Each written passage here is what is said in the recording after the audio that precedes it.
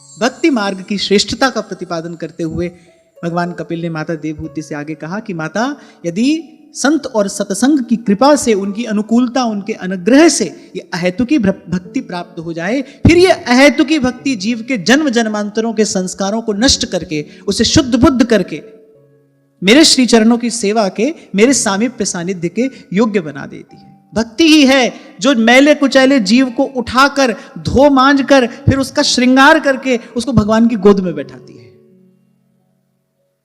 भक्ति ही है। अनेक अनेक मार्ग हैं जो जीव को सता देते हैं। ध्रुवदास जी कहते हैं, तैसे ही कठिन है ज्ञान पथ और फिर निबटत बिरला कोई। तो अनेक मार्ग हैं जो जीव को सता देते हैं। बड़ा कष्ट है, उन मार्गों पे बड़ा कष्ट है, बड़े विघ्न हैं, बड़े उत्पात हैं। इसलिए संत कहते हैं, साधो सिमरो, जोर से बोलो, साधो सिमरो नाम को, यह पते की बात, सहज सुगम है योग यह, रहित विघ्न उत्पात। एक भक्ति ऐसी है जो किसी भी प्रकार से सताती नहीं, जो हर प्रकार से जीव को सजाती है, उसका श्रृंगार करती है, उसको निर्मल पावन करके उसको प्रभु मिलन के योग्य बना देती है। भक्ति का आरंभ कहां से होता है?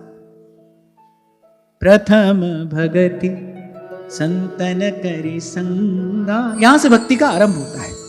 आप देखो, यहीं से जीवन में आनंद की वर्षा होनी आरंभ हो जाती है। प्रभु की कृपा से, प्रभु अनुकूल हो और प्रभु की कृपा से किसी सच्चे संत का संग मिल जाए और ये प्रथम भक्ति जीवन में आरंभ हो जाए, तो आप देखो यहीं से जीवन में आनंद की वर्षा होनी आरंभ हो जाती है। हजारों की संख्या में पत्र मिले मुझे आज तक, और उसमें 95% लोगों का यही अनुभव है कि भाई सत्संग सुना, किसी ना किसी प्रकार से सत्संग तक पहुंचे, सत्संग श्रवण करना आरंभ किया, और बस ऐसे ही सत्संग श्रवण करते करते बड़ा सुखद परिवर्तन हम अपने जीवन में देख रहे हैं। कभी कभी तो मुझे यह आश्चर्य होता है, 5-5, 7-7 बरस से सुनने वाले लोग सुन रहे हैं, कभी यहां उनको आने का अवसर नहीं मिला, कभी प्रत्यक्ष रूप में बैठकर कथा श्रवण करने का, सत्संग श्रवण करने का अवसर नहीं मिला। कई वर्षों से ऐसे यूट्यूब के माध्यम से श्रवण कर रहे हैं, लेकिन अपनी कृतज्ञता, अपने हृदय का भाव लिखकर भेजते हैं कि बड़ी दूर बैठे आपको श्रवण करते हैं, लेकिन श्रवण करते करते बड़ा सुखद परिवर्तन हम अपने जीवन में देख रहे हैं। आप बिल्कुल भी ये ना सोचना कि इसमें कहीं भी, इस प्रक्रिया में मैं कहीं हूं, ना, ये सत्संग की महिमा है, ये भगवत कथा की, ये भगवान के इस गुणानुवाद कीर्तन की महिमा है।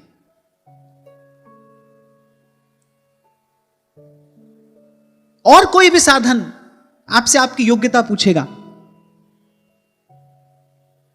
आप ज्ञान अर्जित करना चाहते हो तो वहां आपसे पूछा जाएगा कि अंतःकरण चतुष्टय की शुद्धता आपके पास है कि नहीं, कोई पात्रता आपके पास में है कि नहीं। आप कर्मकांड की ओर देखो, वहां पर अनेक अनेक प्रकार की शुद्धियों की आपसे अपेक्षा रखी जाएगी। एक भक्ति महारानी ऐसी है, मैला कुचैला कोई भी जीव हो, आशा भरी दृष्टि से एक बार देखे बस इस ओर, बस वहीं से वो स्वीकार कर लिया जाता है, भगवान स्वीकार कर लेते हैं। इसलिए तुलसी बाबा कहते हैं, अस विचार हरि भगत सयाने, मुक्ति निरादर।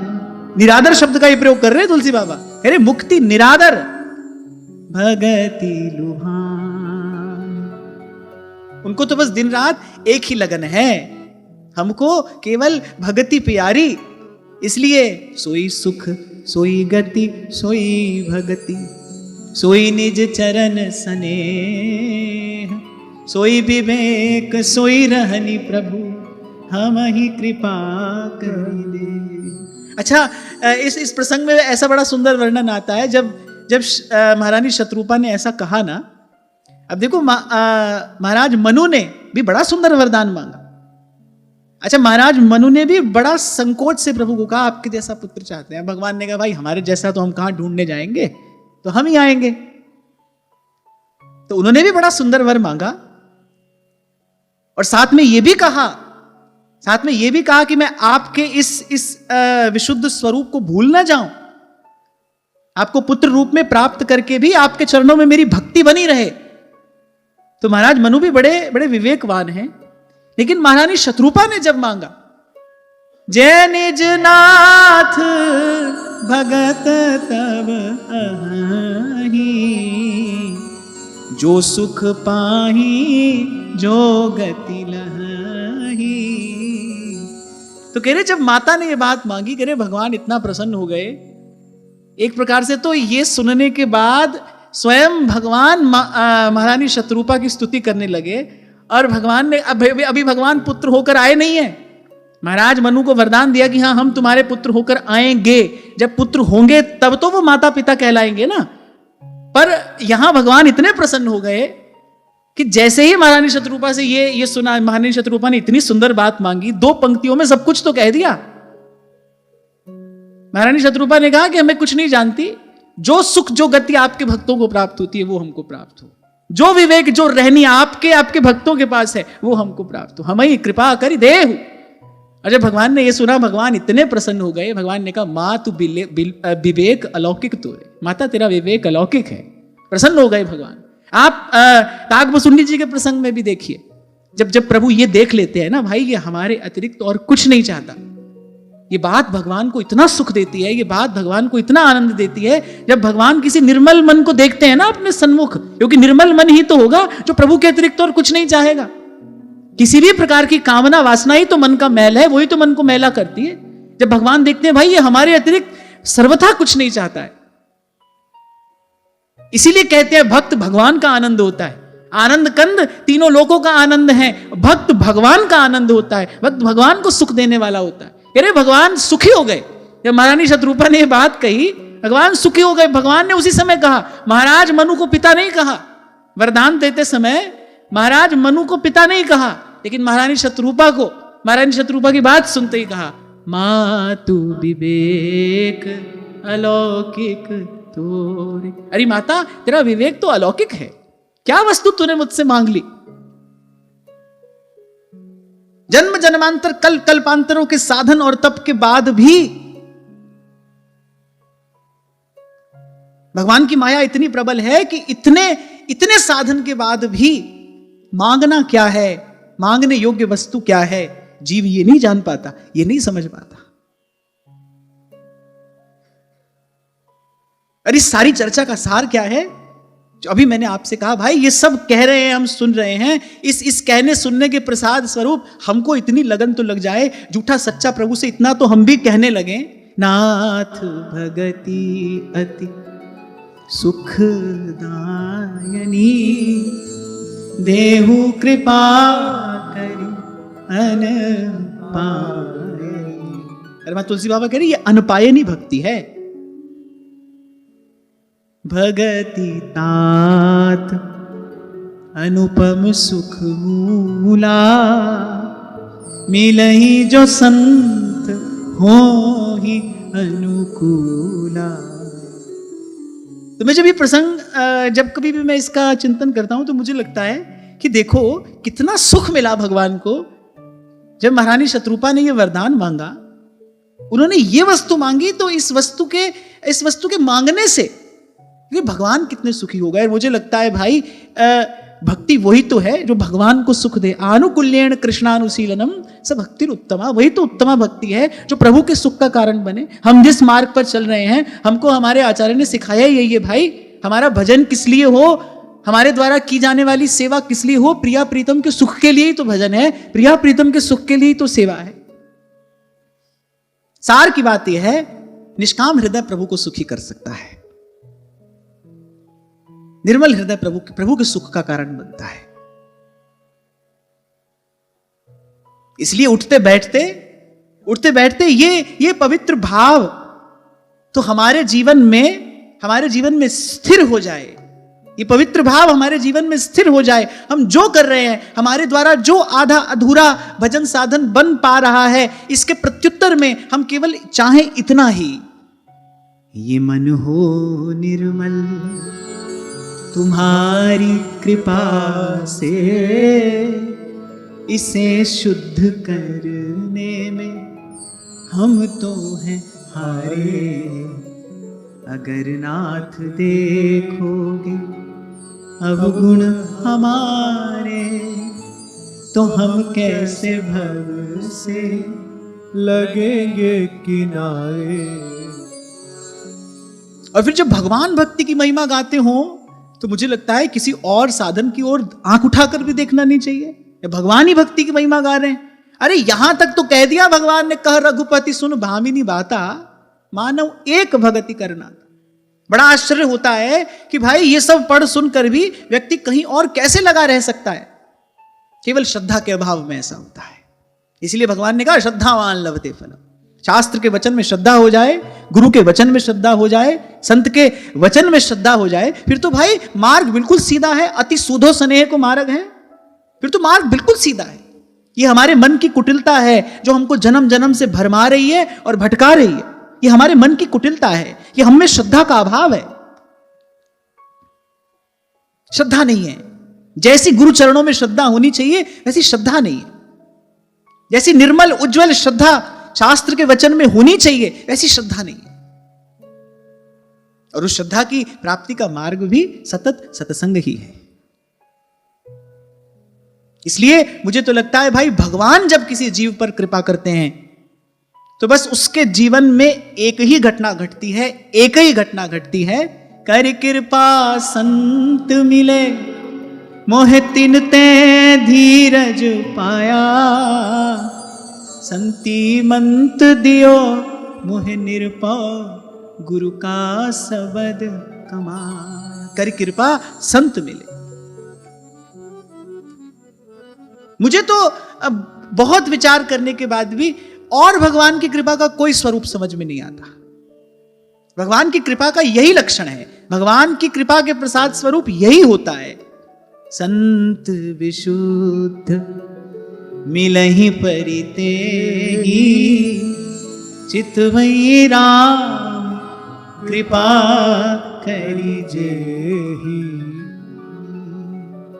क्योंकि भगवान ने पूर्व में ही कहा कि सत्संग से ही धीरे धीरे ज्ञान वैराग्य युक्त भक्ति का क्रमशः विकास होता है। तो पहले भगवान ने अहेतुकी भक्ति का स्वरूप बताया, माने सहज में ही मन चित्त, सहज में ही सब कर्मेंद्रियां सब ज्ञानेंद्रियां बस भगवान की ओर ही लगी रहे, सहज में। अब आगे भगवान कहते हैं, नैकात्मतांग में स्पृहयन्ति केचित् मत्पाद सेवा भिरता मदीहा, ये न्योन्यतो भागवता प्रसज्जय सभाजयन्ते मम पौरुषाणि। भगवान ने कहा मेरी चरण सेवा में प्रीति रखने वाले, मेरी प्रसन्नता के लिए ही समस्त कार्य करने वाले, भगवान कह रहे ऐसे कितने ही बड़भागी भक्त जो एक दूसरे से मिलकर प्रेम पूर्वक मेरे एक ही भाव अर्थात सायुज्य मोक्ष की भी इच्छा नहीं करते। अब यहां भगवान महिमा किसकी बता रहे हैं? ये जो आप हम कर रहे हैं ना, इसीलिए मैं आपको बार बार कहता हूं भाई हम बड़े बड़े सौभाग्यशाली हैं। प्रभु ने हमें कृपा पूर्ण दृष्टि से देखा है, तब हमारे जीवन में समय आया है, तब हमको नित्य प्रति यह अवसर प्राप्त होता है। भगवान ने कहा भाई बड़भागी भक्त तो वही हैं, धर्म न अर्थ न काम रुचि गति न चहु निर्वाण, जन्म जन्म रति राम पद यह वरदान न आन। उनको कोई इच्छा नहीं है, उनको कोई कामना नहीं है। जिनको सत्संग का सुख मिल गया, बोले मिलकर बैठते हैं और मेरे स्वरूप की और मेरे स्वभाव की चर्चा करते हैं। और कुछ तो सुख है भाई इस हरि चर्चा में, कुछ तो सुख है इस हरि चर्चा में कि कोई कहने वाला जो कुछ क्षण पहले ये कहता है, जो कुछ क्षण पहले ये कहता है कि जहां मरने से जग डरे मेरे मन आनंद, कब मरी हो कब भेटी हो पूर्ण परमानंद, वो कुछ क्षण बाद कहता है राम बुलावा भेजिया और दिया कबीरा रोए, जो सुख है सत्संग में सो वैकुंठ ना होए। जहां वैकुंठ जहां कीर्तन तेरा, आपे श्रद्धा ल्यावे। या महाराज भी श्रद्धा की बात कर रहे हैं। अरे श्रद्धा हो, यदि श्रद्धा है तो तहां वैकुंठ जहां कीर्तन तेरा जा नित्य प्रति। हे प्रभु, आपके नाम की, आपके रूप की, आपकी लीला की, आपके गुण की चर्चा हो रही है। तो यहां फिर से भगवान महिमा सत्संग की ही कह रहे हैं। भगवान कह रहे भाई, कोई ऐसा सुख, कोई ऐसा आनंद इन प्यारे संतों के संग में छिपा है कि उसको प्राप्त करके मेरे भक्त मुक्ति की भी इच्छा नहीं करते। लेकिन यहां भगवान ने दो बात कही, सत्संग किसका किससे हो, किनके सत्संग से लाभ होता है, किनके सत्संग में इस आनंद की वर्षा होती है। तो भगवान ने कहा, मेरी चरण सेवा में सहज प्रीति रखने वाले और मेरी ही प्रसन्नता के लिए समस्त कार्य करने वाले, अर्थात जिसका लक्ष्य भगवान के अतिरिक्त और कुछ नहीं है, जो सदा सर्वविध भगवान की इच्छा में प्रसन्न रहता हुआ और भगवान की प्रसन्नता की ही इच्छा करता है। सदा सर्वविध भगवान की इच्छा में प्रसन्न रहता हुआ भगवान की प्रसन्नता की ही इच्छा करता है। भगवान ने कहा, भाई ऐसे किसी संत का संग मिले तो फिर उसके संग में किसी ऐसे आनंद की वर्षा होती है कि फिर मेरे भक्त उस सुख को, उस आनंद को पाकर मोक्ष की भी कामना नहीं करते। यद्यपि हम लोगों की बुद्धि अभी यहां तक नहीं पहुंच सकती, क्योंकि हमारा मन तो अभी शुद्र विषय सुख में ही उलझा है। यहां तो भगवान कह रहे हैं, मेरे भक्त मोक्ष का भी निरादर कर देते हैं, उसकी ओर भी नहीं देखते। हम तो भी संसार के एक शुद्र विषय सुख में उलझे हैं। पर मुझे लगता है भाई, हम मोटी बुद्धि के हैं तो इतनी बात तो समझ ही लें कि भाई भगवान की भक्ति ही लक्ष्य है और सर्वोपरि जो सुख है वो सत्संग में है। और फिर कल जो मैं आपसे कह रहा था ना, ऐसे ही सत्संग में झलक मिलती है प्रभु के रूप की।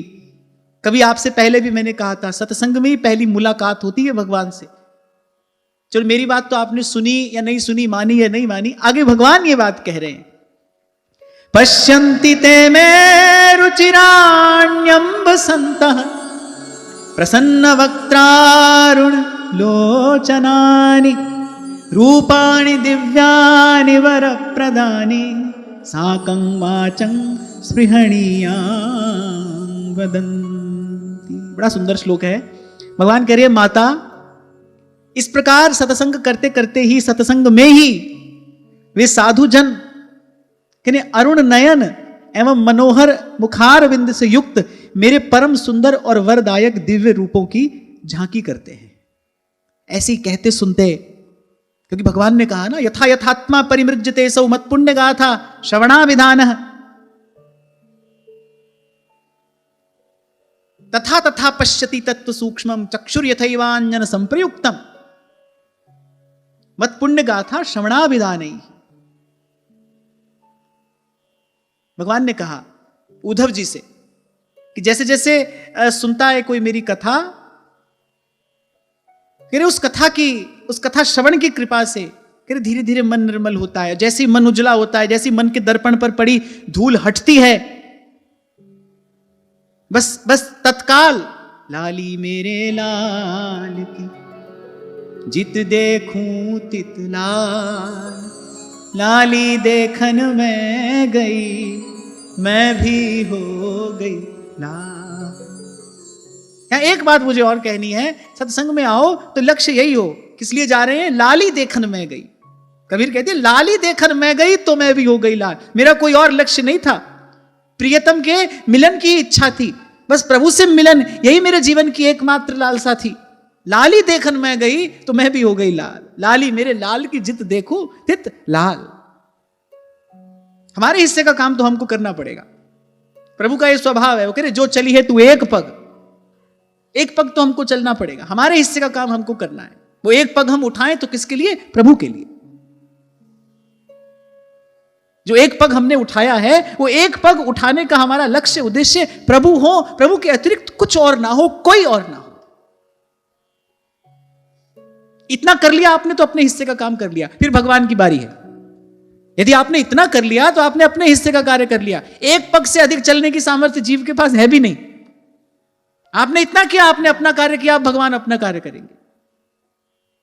आप सब छोड़कर, आप सबसे मुंह मोड़कर एक पग भगवान की ओर चले, फिर भगवान भी अपनी भगवत्ता छोड़कर दौड़ कर आएंगे आपके पास। प्रभु अपने हिस्से का कार्य फिर करेंगे। तो ये बड़ा महत्वपूर्ण श्लोक है।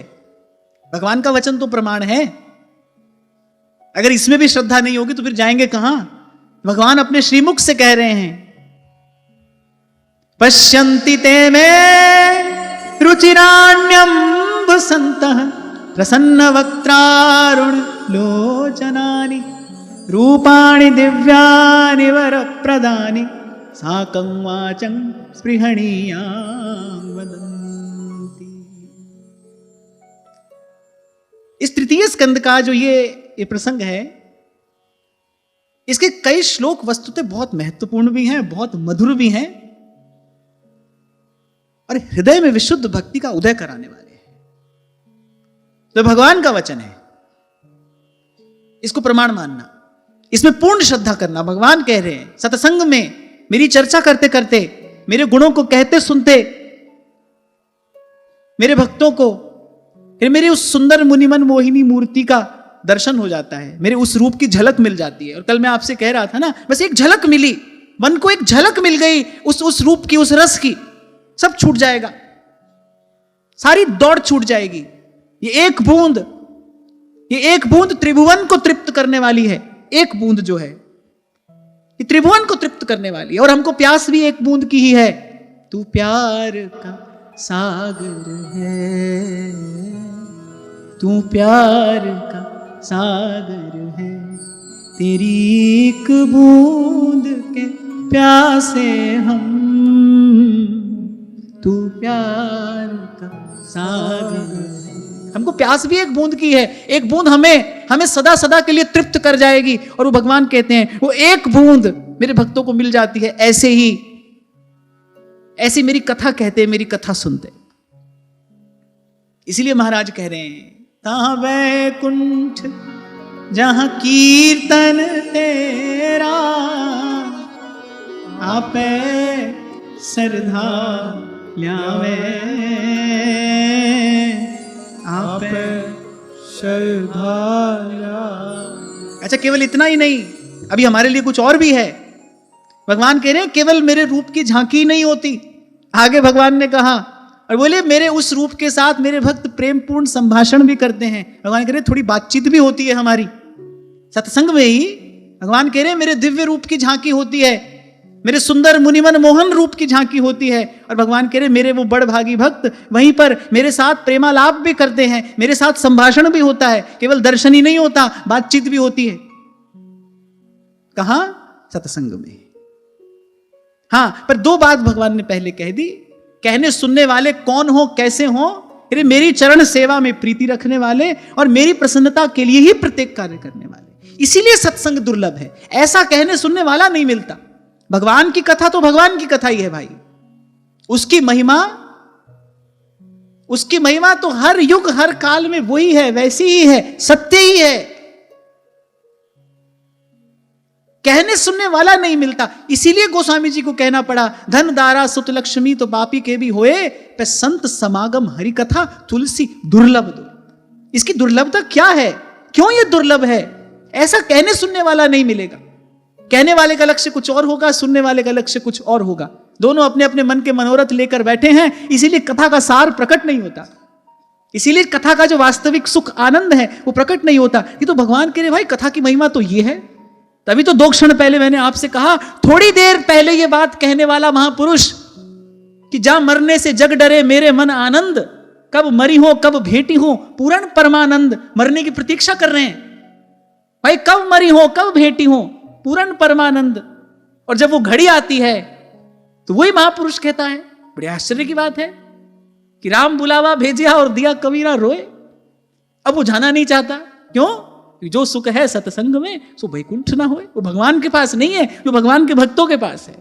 वो सुख भगवान के सानिध्य में नहीं है जो सुख भगवान के भक्तों के सानिध्य में है, संतों के सानिध्य में है। इसीलिए वहां श्री रघुनाथ जी ने कहा लखनलाल जी से, भगति तात अनुपम सुख मूला, मिलई जो संत हो ही अनुकूला।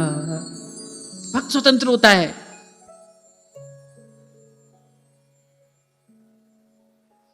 और भक्ति ही स्वतंत्र कर सकती है। इस पराधीन जीव को अगर स्वतंत्र कर सकती है तो भगवान की भक्ति ही कर सकती है। इसलिए भगवान ने कहा यही मंगलमय मार्ग है, एकमात्र मंगलमय मार्ग है। तभी तो थोड़ी देर पहले मैंने आपसे कहा भाई हमारे जीवन में अगर निर्मल उज्जवल श्रद्धा हो तो भाई इन शब्दों की डोर पकड़कर हम पहुंच ही जाएं भगवान के पास। फिर हमको भटकने की आवश्यकता क्या है? क्यों हमारा मन अब तक भटक रहा है, द्वार द्वार भटक रहा है, अनेक अनेक साधनों विचारों में ये चेतना उलझी है? उसका कारण क्या है? क्योंकि हमारे पास श्रद्धा ही तो नहीं है। इन शब्दों में यदि श्रद्धा हो तो फिर और क्या कहना सुनना शेष रह जाता है? भाई सीधा मार्ग दे दिया भगवान ने। भगवान कह रहे ऐसे ही मच्चित्ता मद्गत प्राणा बोधयन्तः परस्परम कथयन्त्यश्च माम नित्यम तुष्यन्ति च रमन्ति च तेषां सततयुक्तानां भजतां प्रीतिपूर्वकम ददामि बुद्धि योगम तम येन माम उपयान्ति ते। गीता में भगवान कह रहे। आरंभ कहां से हुई ये यात्रा? मच्चित्ता मद्गत प्राणा, यही दो बात यहां कपिल भगवान कह रहे। जिस प्रसंग की हम चर्चा कर रहे हैं इसका नाम कपिल गीता है, और वो जो दूसरा उदाहरण मैंने आपको दिया वो भगवत गीता का है। ये गीता जयंती का समय है तो हम कपिल गीता की ही चर्चा कर रहे हैं। यहां भगवान ने कहा मेरे चरणों में प्रीति रखने वाले और मेरी ही प्रसन्नता के लिए प्रत्येक कार्य करने वाले। और वहां श्री कृष्ण अर्जुन से कह रहे मत चित्ता मद्गत प्राणा बोधयन्तः परस्परम, कह रहे ऐसे दो जन मिल जाएं, कथयन्त्यश्च मां नित्यम तुष्यन्ति च रमन्ति च तेषां सतत युक्तानां भजतां प्रीतिपूर्वकम ददामि बुद्धि योगम तम येन माम उपयान्ति ते। और यहां बुद्धि योग का तात्पर्य जो महारानी शतरूपा ने कहा, सोई विवेक सोई रहनी प्रभु हम ही कृपा करते हो, हम ही कृपा करते।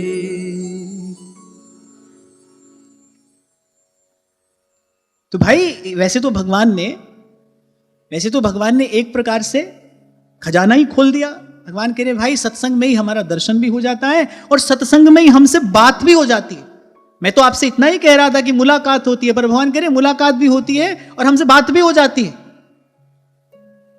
साकम वाचं और स्पृहणीयां वदंती। और भगवान ने कहा ये जो हमारा दर्शन और हमसे संभाषण है ना भाई, इसके लिए तो बड़े बड़े तपस्वी भी लालायित रहते हैं। योगींद्र दुर्गम गतिर मधुसूदनोपि यो ब्रह्म रुद्र शुक नारद भीष्म मुख्यई रालक्षितो न सहसा पुरुषस्य तस्य। जिनकी हम जो ये कह रहे हैं हमारा दर्शन भी हो जाता है, हमसे बात भी हो जाती है, वो कौन है? भजनीय सुर मुनि दुर्लभम। वो सुर मुनि के लिए दुर्लभ है। इसीलिए तुलसी बाबा कहते हैं तात स्वर्ग अपवर्ग सुख धरिए तुला एक अंग तूल न ताही सकल मिली जो सुख लव सत्संग, जो सुख लव सत्संग। इसीलिए दिन रात हाथ जोड़कर नेत्रों में अश्रु भर कर भक्त करुणा निधान प्रभु से मांगते हैं। कोई ऐसो रे भेटा संत ओ मेरी लाहे सगली चिंत ठाकुर स्यों मेरो रंग लावे, ठाकुर स्यों मेरो रंग लावे। ओ कोई ऐसो रे सुखदाई जिस हरि की कथा सुनाई तिस भेटे गति होए हमारी, तिस भेटे गति होए हमारी। और मैं कहता हूं ये सब प्रसंग श्रवण करने के पश्चात हमको इतना ही समझना है, हमको यहां से इतना ही चुनना है भाई पीछे लग जाना है भगवान के।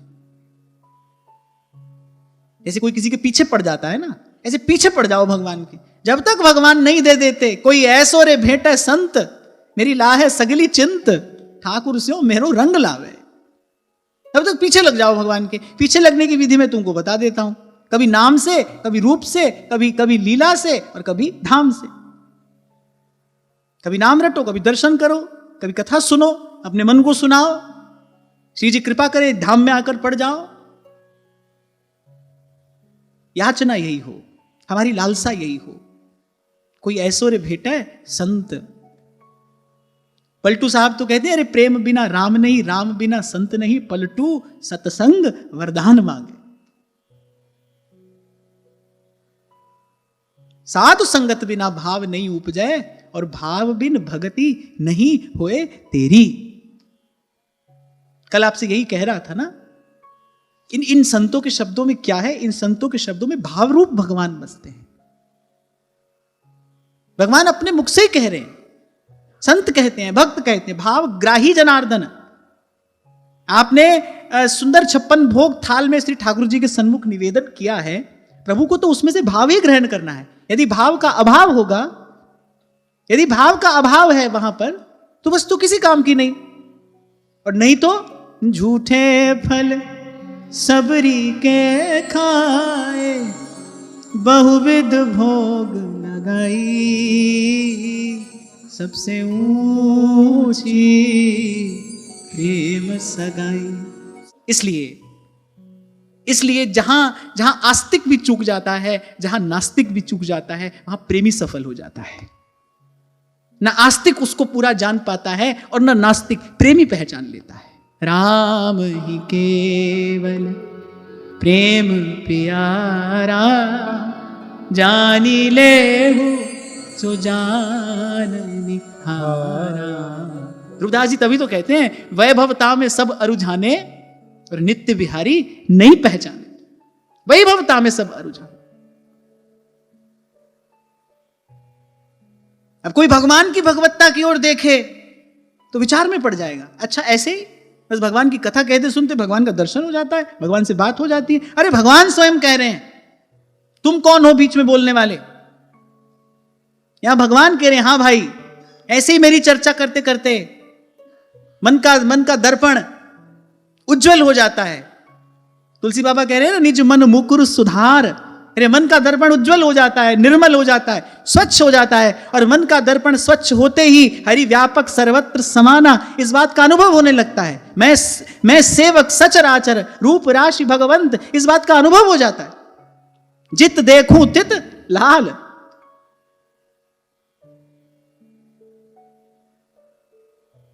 तो मुझे लगता है भाई, ये कह सुन लेने के बाद तो फिर तो अपनी पूरी शक्ति सत्संग में ही लगानी चाहिए। फिर तो कोई और मार्ग ही नहीं है। फिर तो मनसा वाचा कर्मणा, मन प्राण से इसी में लगना है और इसी में लगना चाहिए। तभी ध्रुवदास जी ने कहा, या मैं प्रमाद ना करे। तभी हमारे श्री महाप्रभु जी प्रियालाल का दर्शन करते करते कहते हैं, भक्ति कर दीप प्रेम कर बाती, साधु संगति कर अनुदिन राती। आप देखो, आचार्य का वचन है तो प्रमाण है, इतना ही करना। क्योंकि महाप्रभु जानते हैं भाई, इतना करते रहोगे तो सब हो जाएगा, इतने में तो सब हो जाएगा। साधु संगति कर अनुदिन राती, रसिकों के संग रहोगे। प्रियालाल की चर्चा होती रही, कभी उनका नाम, कभी उनका दर्शन, कभी उनकी लीला। बोले ऐसे करते करते नाच गाए रास ही मिले, बस वृंदावन व्यास। व्यास जी को मिले हैं तो व्यास जी कह रहे हैं, कोई कविता नहीं कर रहे व्यास जी, अपना अनुभव कह रहे हैं। नैन ना मूंदे ध्यान को, पहले हमने तो योगियों की भांति कोई ध्यान नहीं किया, कर्मकांडियों की भांति कोई अनुष्ठान नहीं किया जिसमें अंगन्यास करन्यास आदि किया जाता है। नैन ना मूंदे ध्यान को और किए ना अंगन न्यास, नाच गाए रास ही मिले, बस वृंदावन।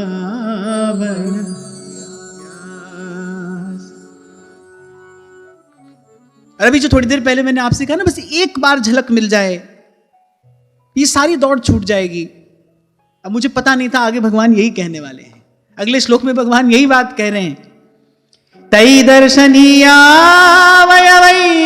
वैरुदार, विलास हासेक्षित वाम सूक्तैः, हृतात्मनो हृत्प्राणांश्च भक्तिर्निच्छतो मे गतिमन्वी प्रयुक्ते।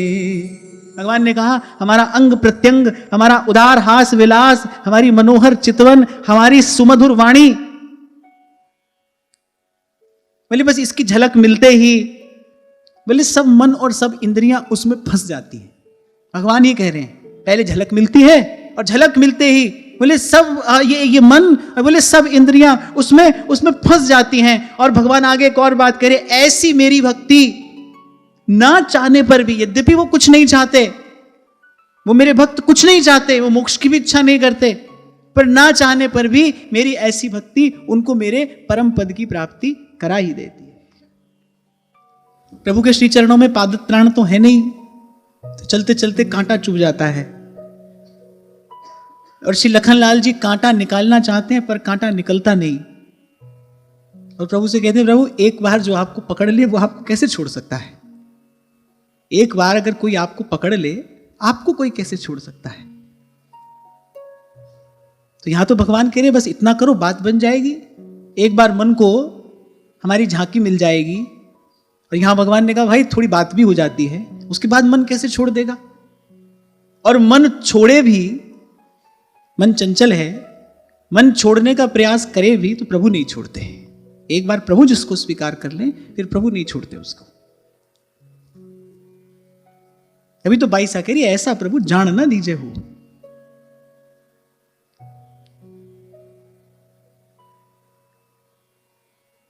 तो भगवान ने कहा भाई हमारी वो मनोहर चितवन, हमारी हसन, हमारी बोलन, वो हास विलास, फिर मन अटक जाता है, इसमें फंस जाता है मन इसमें। अब ये अनुभव का विषय है। यदि आप में श्रद्धा है तो आपको मार्ग दे दिया भगवान ने कि अविलंब तीव्रेण भक्ति योगेन, बिना देर किए, न विलंब कर चलिए इस मार्ग पर।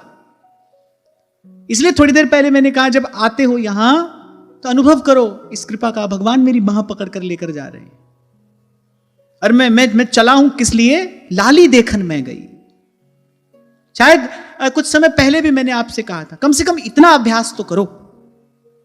मैं बाकी दिन की बात तो नहीं कहता, लेकिन जब सत्संग के लिए चलते हो, आपने घर से चले, कम से कम वहां से लेकर और जब तक यहां आप बैठे हो यहां तक कम से कम इतनी देर के लिए तो आप ये अभ्यास करो भाई। अभी इतने समय के लिए ना मैं किसी का हूं ना कोई मेरा है, बस प्रभु को देखना है, प्रभु का दर्शन करना है।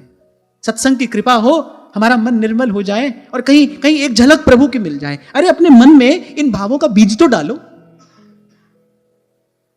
फिर सत्संग की कृपा से वो अंकुरित होगा, फिर एक दिन सुफलित होगा। बीज तो डालो। क्यों भगवान ने कहा दूजी रति मम कथा प्रसंगा?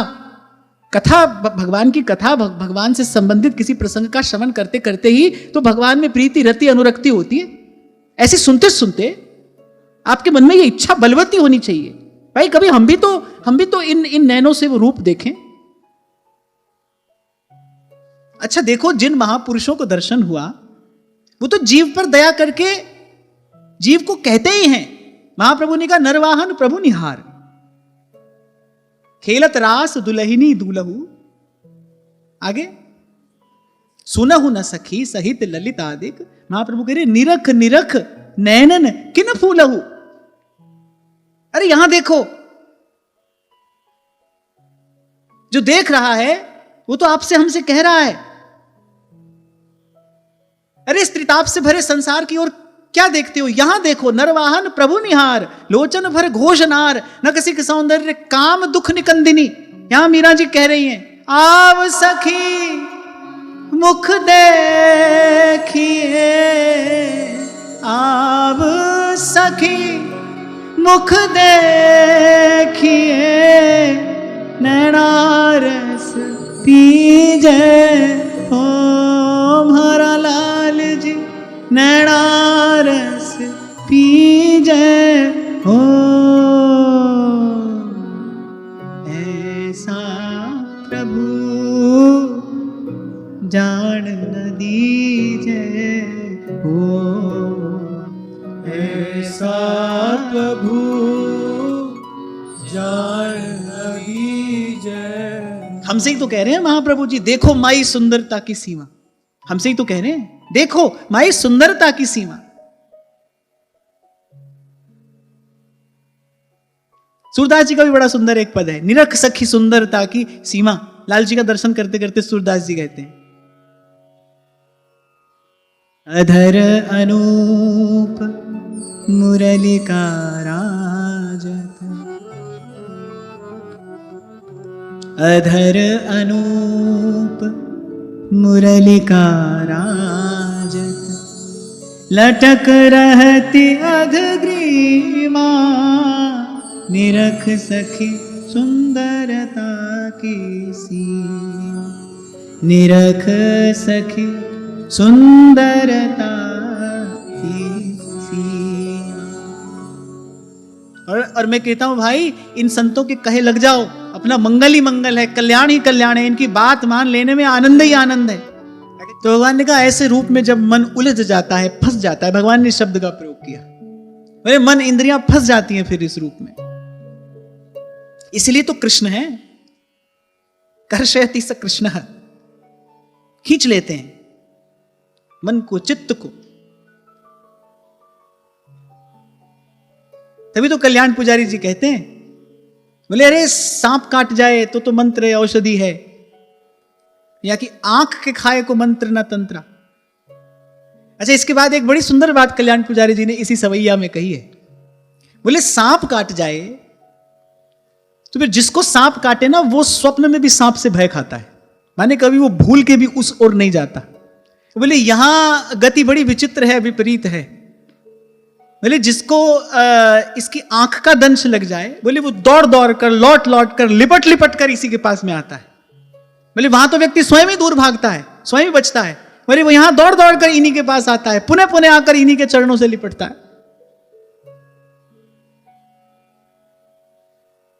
और भाई मुझे यह भी कहना है कि ऐसा सरल मार्ग भी कोई नहीं है और ऐसा सरस मार्ग भी कोई नहीं है। इसलिए आरंभ में मैंने कहा भक्ति ही है जिसका आरंभ होते ही जीवन में आनंद की वर्षा आरंभ हो जाती है। पहली भक्ति के साथ संतन करी संगा,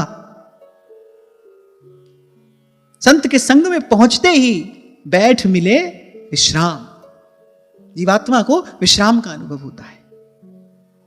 अरे महाप्रभु की पीठ का दर्शन नरवाहन ने किया, थोड़ी कान में महाप्रभु की अमृतोपम वाणी पड़ी, दुष्ट ने दुष्टता छोड़ दी। दुष्ट का दमन तो सरल है, दुष्ट का दमन सरल है, पर महाप्रभु दुष्टता का दमन करते हैं। नरवाहन ने दुष्टता छोड़ दी। जीवा स्वभाव तो दुष्ट, सर्वम कुर्वन्ति भगवंतम न भजन्ति। और ये महापुरुषों की सामर्थ्य है, जीव अपनी दुष्टता छोड़ के भजन में लग जाता है। श्रीमद वल्लभाचार्य महाप्रभु कह रहे भाई तुम कुछ भी कर सकते हो, सर्वम कुर्वन्ति भगवंतम न भजन्ति। पर जीव भगवान का भजन अपने बल अपने प्रयास से नहीं कर सकता। महापुरुष की सन्निधि पाकर, क्योंकि महापुरुषों का स्वभाव है वो दुष्ट का निग्रह नहीं करते, तो दुष्टता समाप्त करते हैं। अच्छा, भगवान तो दुष्ट का निग्रह करते हैं, इसलिए भगवान ने कहा भाई हम तो दुष्ट को ही मार देते हैं, पर मोते अधिक संत करी लेखा। ये दुष्टता का दमन करते हैं। और जीव की सबसे बड़ी दुष्टता क्या है? सर्वम कुर्वन्ति भगवंतम न भजन्ति। ये जीव की सबसे बड़ी दुष्टता है। कह रहे महाप्रभु जीव की इस दुष्टता को दूर करके लगा देते हैं उसको हरि के भजन में। इसीलिए कबीर विचार कर कहते हैं जब तब साधु तारसी। बोले नहीं तो जीव अनादिकाल से प्रपंच में पड़ा है और अनंत काल तक प्रपंच में ही पड़ा रहेगा। साधु आएगा उसका उद्धार कर देगा, जीव अपनी दुष्टता छोड़कर हरि के भजन में लग जाएगा। तभी तो कई बार कहता हूं भाई इस सारे अस्तित्व में सबसे बड़ा अगर कोई चमत्कार है तो वो यही है, जीव भगवान के भजन में लग जाए। ये बड़ा चमत्कार है क्योंकि उसके स्वभाव में ही नहीं है, वो होता रहे स्वरूप से शुद्ध, वो होता रहे चेतन अमल सहज सुख राशि। आप हम सभी तो हैं, पर भाई ना तो दुख दूर हो रहा है, ना मोह का बंधन टूट रहा है, पुनरपि जन्मम भी है, पुनरपि मरणम भी है, कुछ भी तो नहीं हो रहा है उससे। हमारे चेतन अमल सहज सुख राशि होने से क्या हो रहा है? कुछ भी तो नहीं हो रहा है, कोई दुख का अंत नहीं हो रहा है। इसी दुख आलय संसार में पुनः पुनः आकर पड़ ही तो रहे हैं, गिर ही तो रहे हैं, मर ही तो रहे हैं।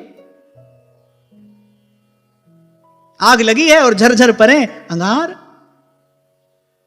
संत मिलता है, संत अनुग्रह करता है, संत अनुकूल होता है, जीव पर कृपा करता है, जीव अपनी दुष्टता छोड़ता है और हरि के भजन में लगता है। ये बात कहने के लिए बड़ा हृदय चाहिए, लेकिन सच्ची बात है। तभी सेवक जी महाराज कहते, जो हरि नाम जगत शिरोमणि, वंश बिना कबहू नहीं ले। ये बात कहने के लिए बड़ा हृदय चाहिए। हरि तो कुटुंब जाल में घेरी, गुरु ने काटी ममता मेरी। हरि ने 5 चोर दिए साथा, गुरु ने लई बचाए अनाथा, गुरु ने लई बचाए अनाथा। इसलिए वृंदावन के रसिक कहते हैं, कालिंदी कूल कुंज केली कल कियो करो। ले आप हमारी ओर ना देखें, आप तो कालिंदी के कूल पर किसी रमणीय कुंज में सदा सर्वदा क्रीड़ा पारायण रहे। कालिंदी कूल कुंज केली कल कियो करो, यानी हमारा इतना प्रबंध कर दें, मोहे सदा राखो निज रसिकन के संग में, मोहे सदा राखो निज रसिकन के संग में। और फिर अंत में भगवान ने कहा, भाई हमसे मुलाकात भी हो जाती है, हमसे बात भी हो जाती है, और यद्यपि मेरे भक्त उस सुख के सन्मुख परम पद को कुछ भी नहीं गिनते, पर फिर भी उनके न चाहने पर भी मेरी भक्ति उनको उस परम पद की प्राप्ति कराई देती है।